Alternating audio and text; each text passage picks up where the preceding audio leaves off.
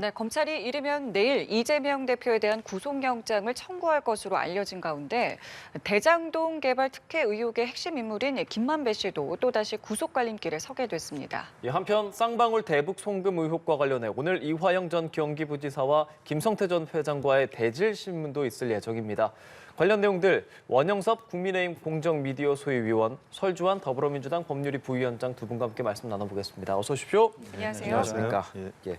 계속 말씀드리는 것처럼 이재명 대표의 영장 청구 가능성 금명간이라고 했습니다. 금일, 명일 어제 말한 거니까 이르면 내일까지도 이야기가 되고 있는데 영장 청구 기정사실이라고 보면 되겠습니까? 이게 일반인이라면 12번도 더 영장이 칠 사안입니다. 그런 사안을 지금 이제 야당 대표기 때문에 지금까지 끌고 온 건데, 근데 당연히 영장 청구를 해야 될 사안이라고 보고요.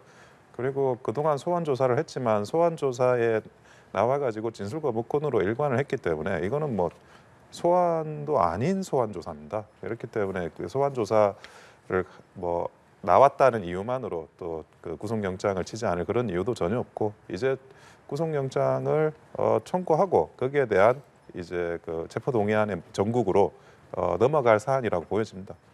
예. 네, 어떻게 보세요? 일단은 저는 이게 구속영장이 발부되는 사유라는 게 이제 범죄의 중대성이라든지 증거인멸의 우려, 그다음 도주의 우려 이런 게 있어야 되는데, 일단 범죄의 중대성 부분에 대해서는 물론 금액 자체나 이런 것들이 크지만은 서로 다투고 있는 상황입니다. 이게 제가 되는 부분인지 안 되는 부분인지. 네, 잠시만요. 지금 윤석열 대통령이 용산 대통령실에서 올해 첫 비상경제민생회의를 곧 주재하게 됩니다. 오늘 회의에서 고금리 또 고물가의 어려움을 겪는 서민 또 취약계층의 부담을 완화하기 위한 각종 민생 대책들이 논의될 예정인데요. 잠시 화면이 들어오면은 저희가 바로 연결해서 전해드리도록 하겠습니다. 제가 말씀을 끊었는데요. 또 이어가 볼까요? 예. 그렇다고 본다면 지금 증거인멸의 우려라든지 도주의 우려는 없죠. 당대표가 어딜 가겠습니까? 그리고 이제 증거인멸이라는 것도 마찬가지로 예를 들어서 측근들이라든지 어떤 기존에 있는 것을 내놓지 않는다든지 이것을 하는 게 문제인데, 실제 지금 측근이 나온 사람 전부 다 구속돼 있고요. 그리고 김만배 씨와의 예를 들어서 말을 맞출 가능성이 있다라고 하지만 지금 김만배 씨에 대해서도 지금 사전 구속영장이 일단 청구가 돼 있어요. 그렇다고 한다면 어떠한 증거인멸의 우려도 굉장히 없는 상황에서, 그리고 제일 중요한 것은 일단 이것이 체포동의안이 가결될 것인가 안 될 것인가 상당히 불확실한 상황에서 검찰이 구속영장 청구를 한다는 것은 그냥 사법적인 일반적인 일반인에 대해서 하듯이 하는 어떤 영장 청구라기보다는 정치적인 행위에 불과하다라고 저는 보고 있습니다. 예, 대장동 의혹, 성남FC 의혹을 합쳐서 영장을 청구할 거다. 병합 청구로 지금 이야기가 좀 나오고 있는 상황인 거죠, 변호사님? 네, 지금 이미 그 소환 조사를 2건에 대해서 하지 않았습니까? 성남FC 사건에 대해서 1회 소환 조사를 하고, 그리고 대장동에 대해서 2회 소환 조사를 했으니까 소환 조사를 한 건들에 대해서는 아마 이번 구속영장에 같이 이제 병합해가지고 진행될 거라고 보고요. 아마 자료나 이런 것들은 준비는 이미 다 끝나 있을 겁니다. 대장동 의혹, 성남FC 의혹 각각 이렇게 검찰에 출석해서 조사도 받았던 이재명 대표인데 병합해서 지금 영장 청구가 될 걸로 예상이 되고 있습니다.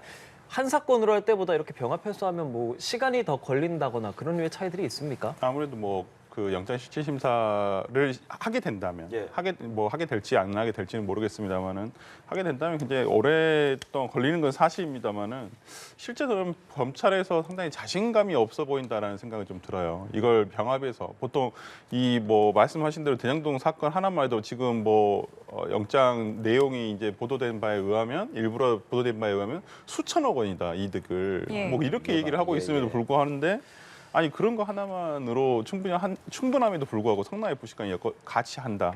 저는 하여튼 성남FC 건도 마찬가지고, 그다음에 대장동 건도 마찬가지고, 상당히 검찰에서 자신감이 없어 보이는 영장 청구고, 이게 이번 한 번으로 끝날까? 라는 의구심은 또 들어요.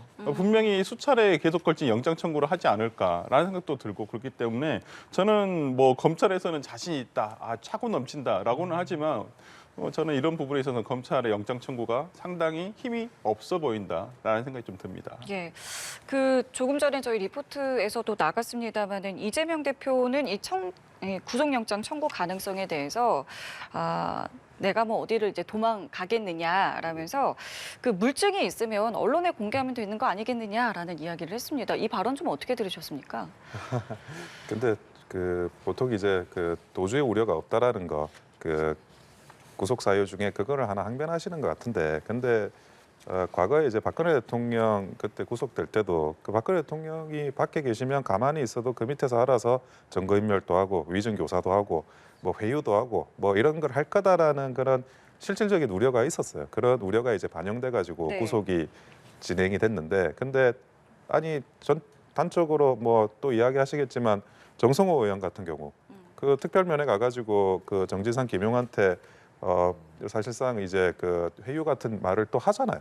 알아서 움직이는 거거든요. 뭐 알아서 움직인 건지 지시를 해서 움직인 건지 모르겠지만 정성호 의원은 자기가 뭐 이재명 대표하고 교감 없이 움직였다고 하니까.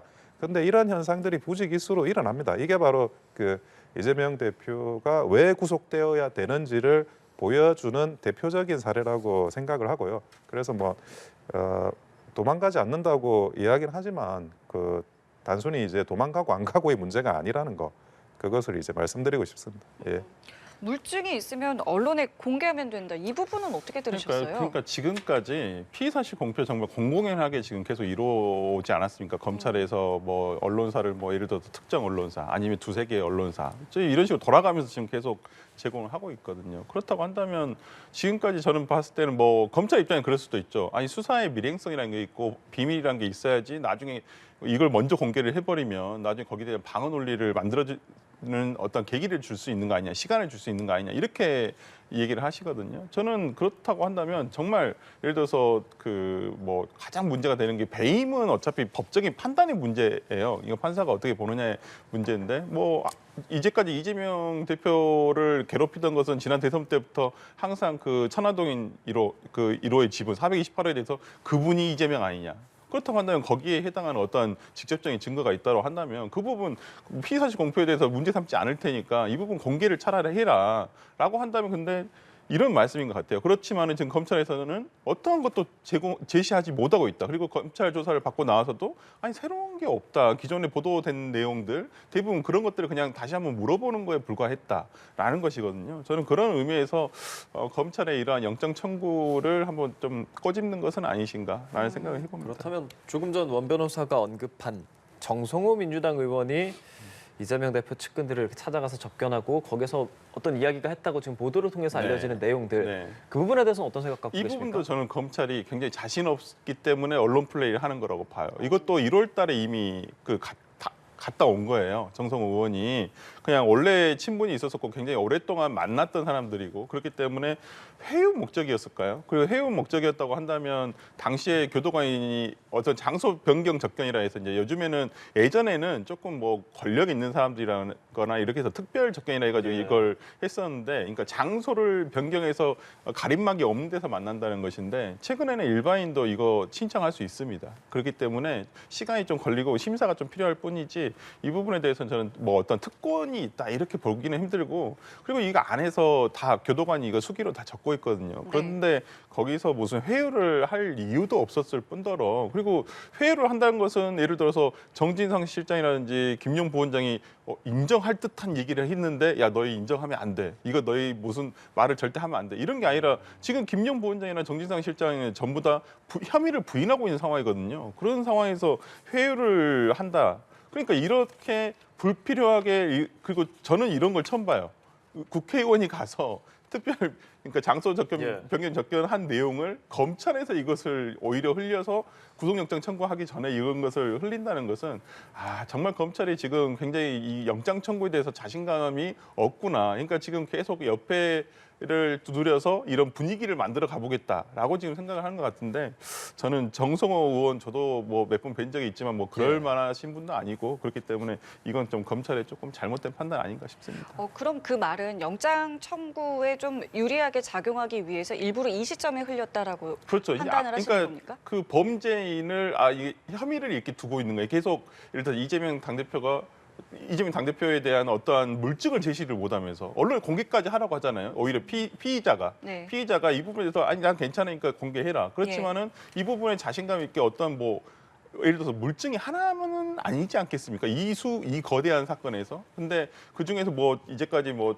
특별히 언론 보도 내용 외에 어떤 것이 제시되지 못하고 있다는 부분은 저는 그런 부분에서라면 간접적으로 어떤 영장 청구의 정당성을 본인들이 부여받기 위해서 이런 내용들을 흘리는 것은 아닌가라는 네. 생각을 하고 있습니다. 근데 검찰은 이 사안을 좀 중대하게 보고 필요한 네. 조치를 취하겠다라고 오히려 이야기를 했거든요. 그러니까 이 부분은 어떻게 뭐 보세요? 제도 자체에 대해서 변경을 해야 되겠다라고 한다면 저는 그 부분에 대해서는 뭐 특별히 문제 삼고 싶은 마음은 없습니다. 그러니까 이것을 악용하는 사람이 문제이지 제도를 가지고 지금까지 오랫동안 해왔던 것인데 그걸 가지고 뭐랄까 저는 문제 삼고 싶지는 않아요. 이 부분 개선을 할 수 있는 부분이 있으면 저는 개선해야 한다고도 봅니다. 그러면 당내에서 이거 관련해서 뭐 검사 고발한다 이런 이야기 나온다고 알고 있는데 법률위에서 지금 검토하고 있는 내용입니까? 네, 지금 제가 알고 있기로는 구체적으로 고발장을 다 작성한 걸로 알고 있고요. 네. 아마 오늘이나 내일 정도에는 아마 접수가 되는 것으로 알고 있습니다. 작성은 이미 다 끝난 것으로 알고 있습니다.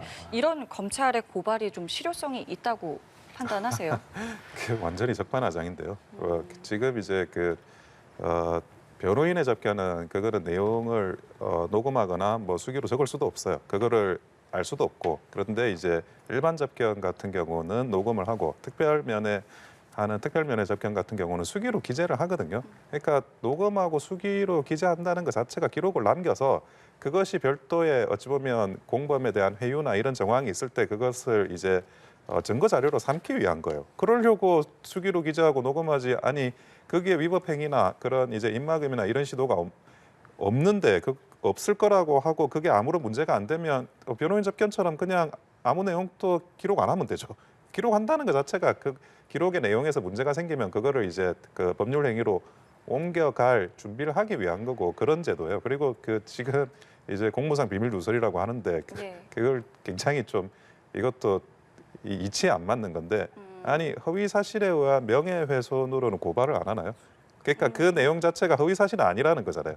그러니까 당연히 민주당도 이게 대응이 조금 어처구니가 없는데 그 내용이 아니다라고는 말을 못 하는 거예요. 그러니까 수기로 기재를 한 거니 그 정호성 의원이 그 말을 한 게 아니라고 내가 부인을 할 수 있으면 하면 되잖아요. 녹음이 아니니까. 그런데 자기도 그 말을 한 거예요. 지금 후회된다라는 발언을 또 했는데 그런 것들도 보면 이 정호성 의원이 지금 마음이 급해요. 민주당이 급한지 이재명 대표가 급한지 모르겠는데 마음이 급해가지고 지금 그 변호사기 때문에 정호성 의원 또 변호사 출신. 의원이라고 정정 좀 죄송합니다. 예. 정성호 의원 또 이제 그 변호사 출신이기 때문에 이 내용을 다 알거든요. 녹음되고 수기로 기록되고 이런 내용들을 다 아는데 그럼에도 불구하고 말을 하게 되는 거예요. 말을 하면 그게 전부 수기돼 가지고 이제 검찰이나 법무부 쪽으로 이관이 됩니다. 그런 것들이 결국에는 잘못하신 거예요. 잘못하시고 잘못하신 게 들킨 걸 가지고 오히려 적반하장처럼 좀 이렇게 반응한다는 것 자체가 큰 문제라고 생각합니다. 그럼 이것이 지금 영장 청구에 좀 유리하게 작용하기 위해서 일부러 이 시점에 좀 보도가 되었다라는 부분에 대해서는 어떤 의견 갖고 계세요? 근데 이 일을 지금 1월에 했다는 거잖아요. 예. 그러면 1월에 해서 2월에 이런 내용이 공개되는 게 그게 뭐 예를 들면 한 5년 전, 뭐 6개월 전 한 게 공개된다 그러면 그렇게 생각할 수도 있을 것 같아요. 근데 고작 뭐 한 달도 안 되는 기간 동안 일어난 일을 공개하는 시점이 부적절한 공개 시점이면 그럼 언제 공개해야지 적절한 공개 시점이 되는지 한 2, 3개월 있다가 공개하면 적절한 공개가 되는 건지 그거는 오히려 이분 정성호 의원에 대해서 뭐 감싸주고 특혜를 베푸는 게 아닌가 오히려 그런 공개 시점은 저는 그렇게 생각을 합니다. 그건 뭐 영장이 청구가 되고 영장 청구되는 내용이 어떤 내용이 또 적히는가에 따라서 또 더 이야기를 해보도록 하고 영장에 적시되는 배임 액수가 수천억 원이 될 수 있다고 보도가 나오던데 어떤 식으로 이게 산정됐다고 보십니까? 그러니까 이게 지금 정확하게 보면 예를 들어서 뭐 천화동이 1호에 428억이라는 금액이 딱 특정이 돼 있지 않습니까? 근데 이걸 계산한 사람이 누구냐? 정영학 회계사예요. 근데 정영학 회계사가 이것도 김만배 씨한테 이걸 계산을 해주면서 이것저것 다 뺄 거 다 뺀단 말이에요.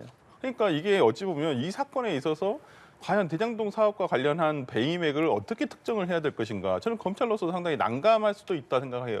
본인들이 전체적으로 이 배임 제일 처음부터 이 사건에 대해서 들어가서 전체 뭐 금액이라든지 이런 부분을 특정을 해가지고 하는 게 아니라 뭐 예를 들어서 여기서 나온 전체의 어떤 비용을 전부 다 배임으로 볼 것인지 아니면 어떤 비용 부분 빼고 그러니까 우리가 뭐 필수적으로 들어가야 되는 고정 비용들이 있을 거 아니면 사업에 들어가는 비용들을 빼고 할 것인지 저는 이런 부분에 있어서부터 저는 법적인 논쟁이 될 거라고 생각을 하고 그렇기 때문에 제일 처음에는 예를 들어서 651억이 작년에 10월달에 할 때는 뭐 대장동 일당 재작년이죠. 예. 아 그러네 벌써 2021년도네요. 예. 그때는 뭐 651억이었는데 지금 벌써 뭐 7천억 이상. 그러니까 한마디로 대장동 사업과 관련해 가지고 나온 일단 김만배 일당이 가져간 모든 수익, 화천대유라는 그 회사 가져간 수익을 모두 배임액으로 보겠다. 근데 너무 저는 예를 들어서 몇백억, 몇십억 정도면 어느 정도 뭐 그럴 수도 있겠다라는 타당의 생각이지만 몇천억이 이게 배임이다. 그리고 그 사업과 관련한 게 모든 이재명 대표가 당시의 시장으로서 배임을 저지름으로써 인한 모든 범죄 수익이다. 저는 이 부분 쉽게 받아들이기는 어려울 것 같다는 생각이 듭니다. 변호사님은 어떻게 보세요? 근데 대장동 일당이 올린 수익이 오히려 줄어든 거예요. 7천억이면 원래는 1조 2천억 이런 논의가 있었거든요. 그런데 한 3천억에서 5천억 정도가 줄어들었고 그러면 그 이재명 대표가 가지고 있는 배임 혐의의 핵심은 그 초과이익 환수 조항을 빼버린 거예요. 그 초과이익 환수 조항을 뺐으니까 그 금액에 대해서는 성남시에 그 손해를 끼치고 대장동 일당 이익을 줬다라는 취지로 지금 배임죄로 구성을 했는데 그러면 초과이익 환수의 비율이 얼마냐가 문제가 있어요. 그러면 초과이익 환수 비율이 최대치가 50%입니다. 그러면 7천억 이익 생겼죠. 그중에 이제 50%면 3,500억이 추가이익 환수에 실패를 한 거예요. 그리고 물론 이제 이게 누진세 형식으로 구간별로 올라가는 거기 때문에 아마 실제로는 2천억대 정도가 되는 것 같아요. 그러니까 그 전에 2021년에 잃었던 671억에서 한 3배 이상 됐다. 그게 보면 그게 한 2천억대 정도 생각하는 건데 아마 그렇게 하면 그 배임 혐의로 지금 잡아놓은 그 액수 자체는 정확하게 산정을 한 걸로 보여집니다. 예. 두 분께서 여기서부터 또 의견이 좀 갈리는데요. 자, 일단은 뭐 이르면 내일이죠. 이제 구속영장이 이제 청구가 되고 이것이 이 모든 공이 이제 국회로 넘어가게 되는데 일단은 뭐 이런 이야기가 있습니다. 검찰 입장에서도 공이 국회로 넘어가는 것이 분명 부담일 텐데 그럼에도 어쨌든 이것을 추진하는 것이 부담이 되진 않겠느냐라는 부분에 대해서는 어떻게 보세요? 제가 초반에도 말씀드렸는데 일반 네. 국민이라면 아마 12번은 구속영장을 칠 사안이에요. 그런데 야당 대표기 때문에 원래도 또 공범하고 같이 기소가 돼야 되거든요. 공범하고 같이 구속이 되고. 그런데 그 시점이 계속 뒤로 밀린 거예요. 어찌 보면. 여기까지도 사실은 뭐 야당 탄압이니 뭐 그런 말 하니까 이 정도로 온 거고 여기서 구속영장까지 안 치면 아니 일반 국민들은 당연히 구속될 사안에 대해서 야당 대표라고 구속이 안 되면 그거야말로 검찰이 이재명 대표한테 특혜를 베푸는 꼴입니다. 아니 이런 특혜를 어떻게 검찰이 베풀 수 있겠어요? 당연히 구속영장이 뭐 체포동의안 부결로 해가지고 작동이 하네 안 하네는 그다음 그 국회의 일이고 그리고 그거를 이제 각 당이 정치적인 책임하에서 처리할 일이지. 그럼에도 불구하고 검찰은 당연히 구속영장을 쳐야 됩니다. 민주당 분위기에 대해서 뭐 여러 가지 좀 이야기들이 있어요. 이것이 뭐 당연하게 되지는 않을 수도 있다라는 이야기도 있고요. 분위기 좀 어떻게 보겠습니까? 죄송합니다. 예. 그러니까 지금 내부적으로는 지난 그 대장동 사건 관련해가지고 중앙지검에서 1차 소환 이후에 벌어진 일 때문에 분위기가 많이 바뀌었어요.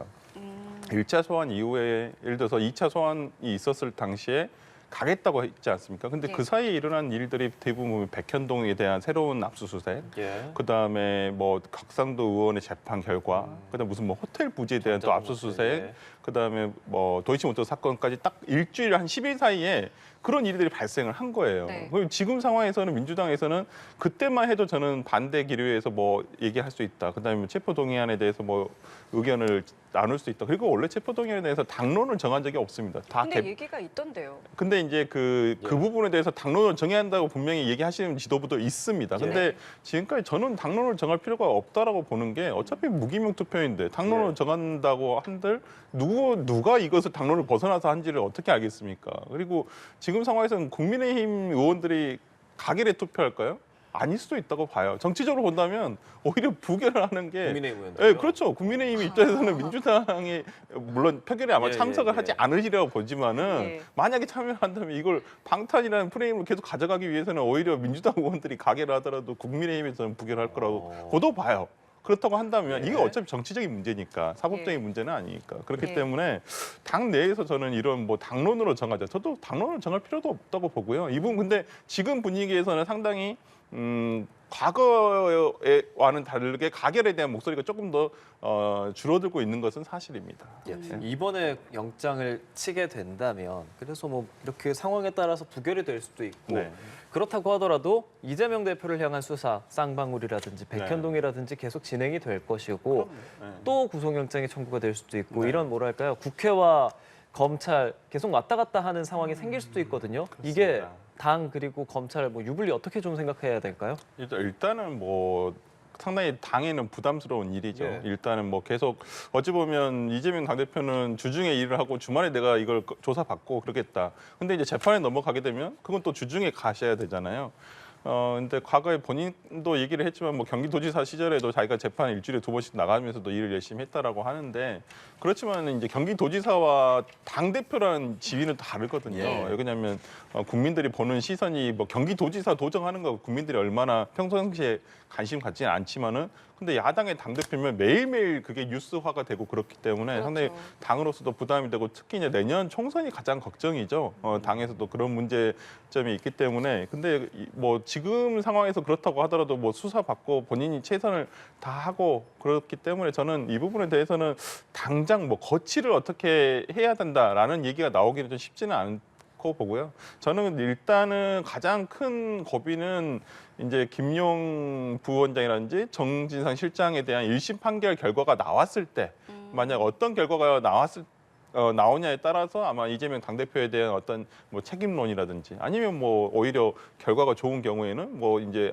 이 사람들이 무고했구나라는 내용이 될 수도 있기 때문에 뭐 그것이 이번 연도 안에 나올지 안 나올지는 모르겠습니다만은 저는 그 부분이 가장 기점이라 고비점이 아닌가 생각합니다.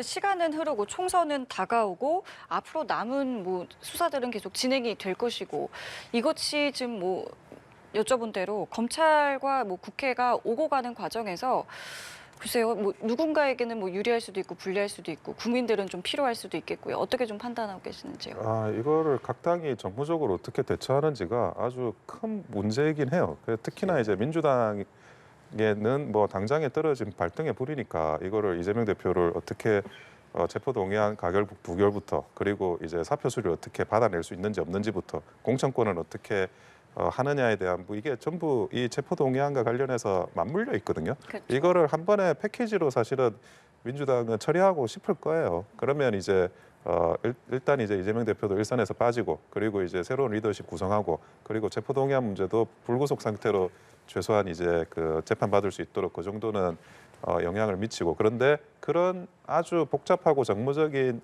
협의를 이 민주당 내부의 구성원들 사이에서 끌어낼 수 있느냐. 만약 그것을 끌어낼 수 있다 그러면 민주당이 굉장한 정무적인 성과를 아주 힘든 악조건 속에서도 올린 거라고 보여지고 그리고 이제 국민의힘 같은 경우에는 아까 이제 오히려 그 국민의힘에서 이재명 예. 대표 체포동의안을 부결시키려고 할 거다라고 이야기를 했는데 정말 그 정도는 아니겠지만 그래도 이재명 대표가 사실 계속 있어주면 그거에 대해서 총선에서 이제 유리한 게 아니냐라고 생각하시는 일단의 분들도 실제로 계세요. 근데 제가 볼 때는 뭐 민주당이 스스로 어느 정도 선에서 정리를 할 것 같고요. 그러면 이제 그 다음 문제가 돼요.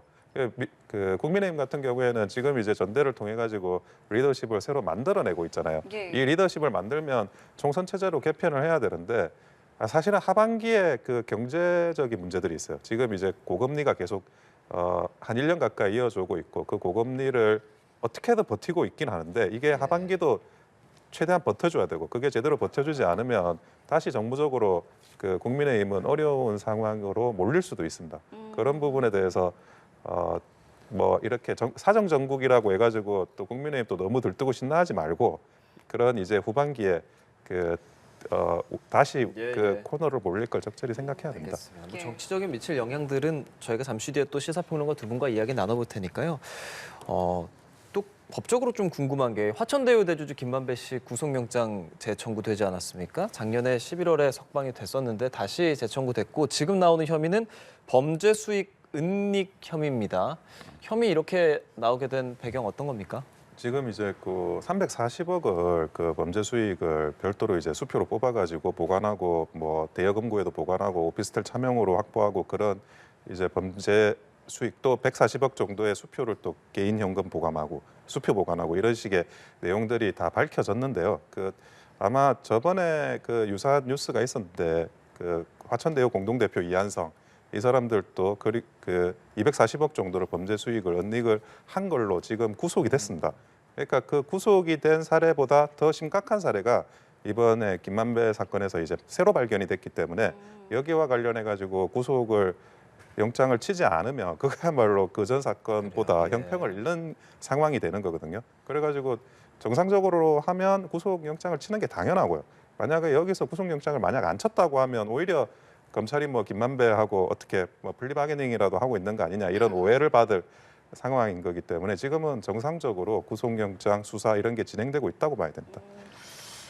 어떻게 좀 보셨어요? 신병 확보 필요하다고 판단하십니까? 김만배 씨가 검찰 뜻대로 안 움직이니까 제가 봤을 땐 다시 인신 구속을 통해서 좀 압박을 하는 것은 아닌가 싶어요. 말씀하시는 검찰 뜻이라는 거는 어떤 걸까요? 그러니까 뭐 지금 보면 남욱 씨와 유동규 씨 같은 경우는 구속기간 만료 이후 석방 이후에 나와서 상당히 진술이 다 번복이 되고 있어요. 근데 김만배 씨는 가타부터 말이 없어요. 이 부분에 대해서 내가 뭐 어떻게 했다, 뭐 이재명과의 뭐가 있었다. 지금까지 나온 거 보면 김만배 씨 입에서 어떤 뭐 내용이 나왔다는 기사는 별로 없지 않습니까? 저는 그렇기 때문에 이런 부분 심리적으로 압박을 하기 위해서 저는 했다라고 보고요. 근데 좀 영장 실질 심사를 한번 해봐야 되겠지만은 예. 조금 저는 발부가 되지 않을 가능성도 있다고 보여요. 왜 그러냐면 이 관련한 예를 들어서 이 사건과 관련한 사람들은 다 전부 다 측근들이라고 하는 사람들 있지 않습니까? 뭐 우리가 뭐 헬멧맨이라는 사람도 예. 있고 그런 다 구속돼 있거든요. 네네. 증거 인멸 할 것도 없어요. 다 본인들이 압수했어요. 수표도 다 압수하고. 그렇기 때문에 대여 근거 있는 거 다 찾아왔고요. 그렇다고 한다면 구속의 필요성이 있나요? 저는 과거에 이제 극단적인 선택을 한 부분도 좀 적용이 되지 그 않았을까요? 부분은 제가 볼 때 그 이후에 또 재판에 굉장히 나오긴 충실하게 했죠. 충실히 참석하고 있기 때문에 예. 저는 그 부분이 고려되지는 않을 거라고 보인다. 그 당시 직후에 저는 했다라고 한다면 뭐 그럴 수도 있겠다라는 생각이 들지만은 지금은 재판에 충실하게 뭐 참석하고 본인의 주장을 하고 있기 때문에 예. 저는 굳이 구속 영장이 필요한 상황인가라는 것은 재판부에서 한번 판단이 되지 않을까 예, 싶습니다. 법원은 또 어떤 판단을 할지도 저희가 지켜보면 될 것 같고요. 쌍방울 대북 송금 수사 관련해서 좀 몇 가지 여쭤보겠습니다. 이화영 전 부지사가 이제 오늘 조사를 하게 되는데 김성태 전 회장과의 대질 신문 가능성이 있다라는 보도가 있더라고요. 이 부분 어떻게 좀 보세요? 보통은 이제 그 기존에 이제 이재명 대표의 대장동 사건처럼 대질 신문을 잘 안 하거든요. 예. 대질 신문 해봤자 각자 뭐 자기 할 말이나 하고 서로 아닐 말은 또 안 하고 그렇게 끝나니까 단독 신문을 하나 대질 신문을 하나 그게 큰 의미가 없는 경우가 많아요. 그래서 이제 그냥 그러느니 그냥 단독 신문을 해가지고 처리를 하는데 이 건은 어떤 건이 있냐면 그 김성태 쌍방울 회장이 이화영과 같이 있는 자리에서 이화영의 전화기로 이재명 대표와 통화를 해서 고맙다는 이야기를 들었다는 그 부분이 있어요. 네. 예, 이거는 이제 김성태 회장이 이재명 대표로부터 직접 들은 이야기이기 때문에 그리고 그 자리에 이화영이 있었고 이화영의 전화기를 사용했기 때문에 네. 이거는 대질을 한번 해봐야 되는 거예요. 그래서 이제 그 대질 과정에서 이화영이 뭐 그 자리에 있었냐, 그 자리에 있었는데 뭐 그렇게 전화기를 통하진 않았네, 했네, 뭐 이런 이야기가 있을 거예요. 근데 이거는- 여전히 대질을 하면서 부인하면은 특별히 뭐 또 의미가 없는 거 아니겠습니까? 근데 그 대질 관련해서 부인하는 것도 중요한데 그 정황을 얼마나 상세하게 묘사하느냐가 더 중요할 수 있거든요. 그러니까 그 자리에 어떻게 갔냐부터 뭐 몇 시부터 있었냐부터 그게 뭐 갔을 때 그 공간에서 뭐 다른 동석자가 있었냐 아니면 그 모든 정황들이 얼마나 구체화되는가에 따라서 그러면 이화영의 진술이 더 맞는 거냐 아니면 김성태의 진술이 더 맞는 거냐를 또 판별을 해볼 수가 있습니다. 그건 반드시 해야 되는 절차인 것 같습니다. 이번에는. 예, 쌍방울이 북측에 돈을 보냈고 이후에 북한이 고맙다는 친서를 보냈다는 내용을 검찰에 공개를 했단 말이죠. 네. 이게 뭐 이화영 부지사 재판에서 처음 공개된 건데 네. 이런 부분들 증거 능력으로서 어느 정도 효력이 있겠습니까? 그러니까 그 돈을 보내고 그다음에 뭐 영수증이라든지 그다음에 뭐 어떠한 종합단 이러한 친서 이런 게 있지만은 거기에 어떤 내용이 담겨 있는지는 모르겠어요. 그냥 단순히 뭐 자금을 마련해줘서 고맙다라고 사업 자금을 마련해줘서 고맙다고 하는 것인지 아니면 이것이 뭐 정말 경기도를 대신해서 이렇게 해줘서 고맙다는 것인지.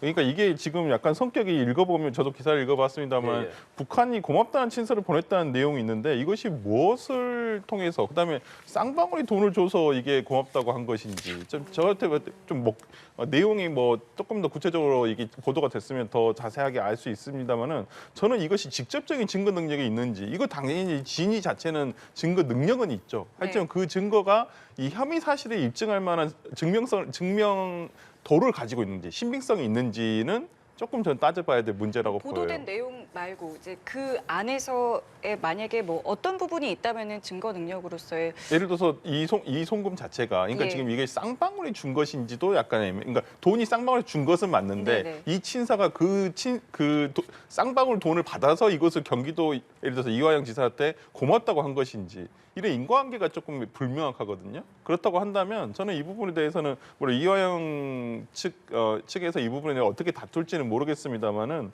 저는 아직은 좀 이 뭐 자금 보내줘서 고맙다가 어떤 내용이 누가 무엇을 얼마나 그리고 무엇을 위해서 이런 내용들이 조금 불명확해서 조금은 이 주요 증거가 되기는 조금 어렵지 않을까라는 생각이 좀 듭니다. 여기에 대해서 짧게 좀 의견 여쭙겠습니다. 이 정도 스모킹건이 있기도 사실은 쉽지 않죠. 그게 아마 부정한 방법으로 돈을 전달하게 되면 그 돈이 제대로 전달됐는지 배달 사고가 난 건 아닌지를 확인할 필요가 있어요. 그 확인을 북한에서 해준 겁니다. 뭐 돈 전달된 거는 이제 확실해졌고 여기에 이제 적절한 법리 구성을 하면 아마 거기에 따라서 뭐 제3자 뇌물죄든 뇌물죄가 성립이 될 것 같습니다. 알겠습니다. 자, 저희 두 분과의 말씀은 여기서 마무리 짓겠습니다. 지금까지 원영석 국민의힘 공정미디어 소위위원, 설주환 더불어민주당 법률위 부위원장과 함께했습니다. 고맙습니다. 두 분 고맙습니다.